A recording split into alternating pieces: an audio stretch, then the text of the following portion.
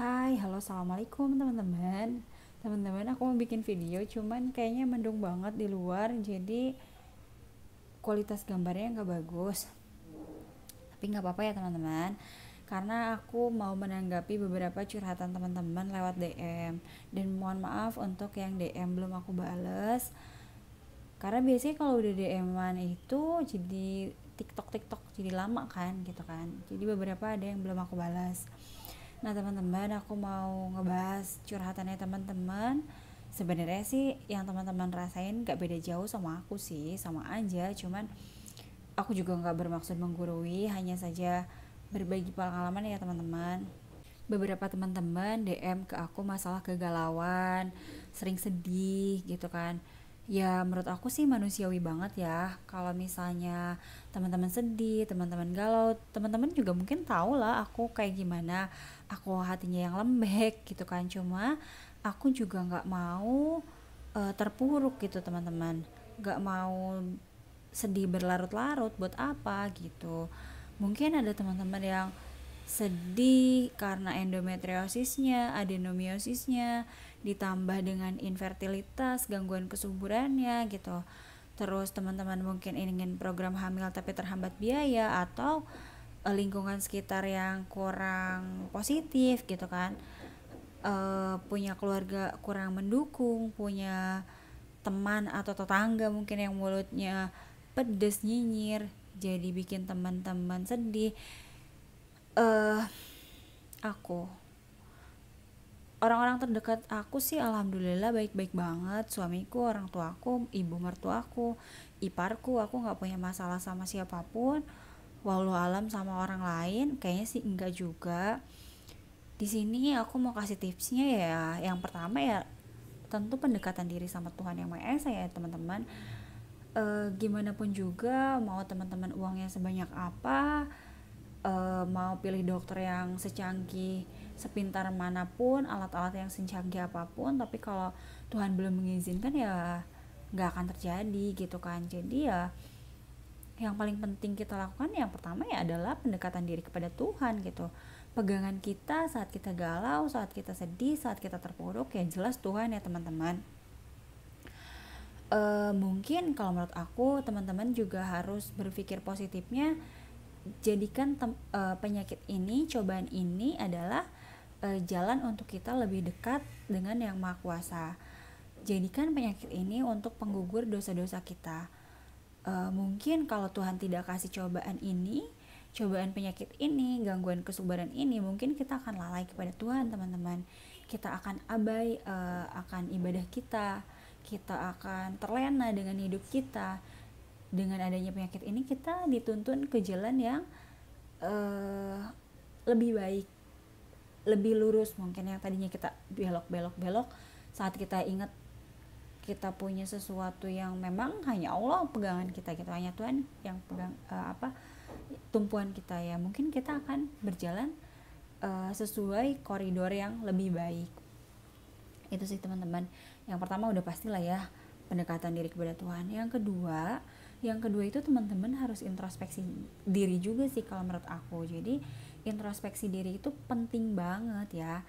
Kita jangan merasa dizolimi orang terus. Mungkin kita yang zolim sama orang teman-teman.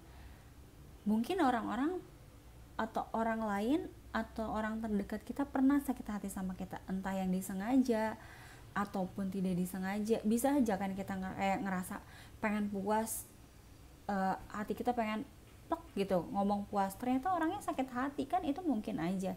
Dan kita kayak nganggap itu sepele, padahal mungkin orang itu sakit hati banget, bisa banget loh itu terjadi. Nah lalu kalau misalnya teman-teman udah ngerasa udah introspeksi diri nih, saya nggak kayak gitu kan, tapi pengaruh seseorang atau lingkungan tersebut kurang baik dampaknya bagi teman-teman, menurut aku ya jauhin aja. Sesuatu yang teman-teman rasa gak bagus buat diri teman-teman ya jauhin aja. Aku 1 tahun ini jarang banget nge-save kontak orang. Jadi kalau misalkan aku ngerasa postingan orang tersebut bikin aku menggumam sesuatu hal yang gak bagus, bikin aku menggibah, aku gak akan save kontak itu, atau membuat aku jadi lebih sensitif gitu kan. Aku mendingan enggak save kontak itu gitu kan. Begitupun dengan bermedia sosial. Zaman sekarang itu kan juga banyak permusuhan timbul dari media sosial ya teman-teman. Si A nulis apa, si B ngerasain gini gitu kan. Nah aku nggak mau itu terjadi sama aku. Jadi hal-hal yang kira-kira aku nggak nyaman atau aku nggak suka sama postingannya, walaupun itu teman deket aku nggak akan ngelihat postingannya. Biasanya aku akan pengaturannya aku rubah untuk tidak melihat misalkan IG story-nya, postingannya, itu aku nggak bakalan lihat.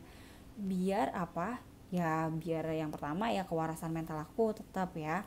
Yang kedua adalah biar kalau kita ketemu orangnya secara langsung itu tuh tidak akan merubah apa-apa gitu kan. Pas kita hubungan sosial secara langsung ya rasanya biasa aja karena aku juga nggak tahu kehidupannya dia, apa yang dia posting atau apa yang dia katakan aku kan nggak tahu ya. Jadi dalam kehidupan nyatanya itu masih baik-baik aja gitu teman-teman. Nah itu sih simple sih sebenarnya, tapi itu juga ngaruh banget loh teman-teman. Yang ketiga, kalau menurut aku teman-teman itu memang harus mencari apa aktivitas yang positif untuk teman-teman gitu kan. Kalau misalnya teman-teman memang ibu rumah tangga full, ya cari sesuatu yang passion yang teman-teman suka aja, sesuai passionnya masing-masing gitu kan. Kalau misalkan teman-teman ada yang galau masalah ingin program hamil tapi keuangan tidak memadai atau belum memadai, ya jangan gerutuin suami juga teman-teman gitu kan. Tapi gimana caranya kita bisa membantu keuangan dalam keluarga kita gitu kan. Teman-teman bisa membantu suami dalam mencari nafkah, nggak harus keluar gitu kan.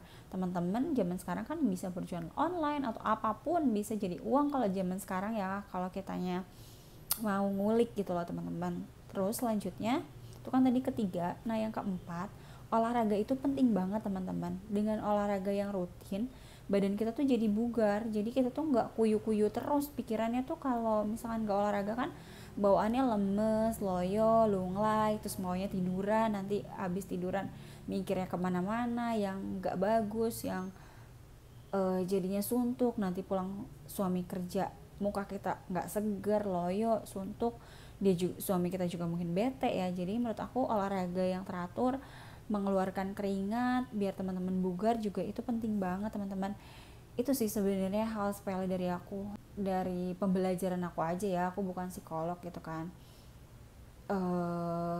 Ya itulah tips simpelnya. Aku juga mungkin masih sama aja sih sama teman-teman gitu kan, tapi gimana caranya kita merubah diri kita ke arah yang lebih baik. Segitu dulu teman-teman video kali ini. Udah mau jam 1, aku harus kerja lagi. Dadah teman-teman, wassalamualaikum warahmatullahi wabarakatuh.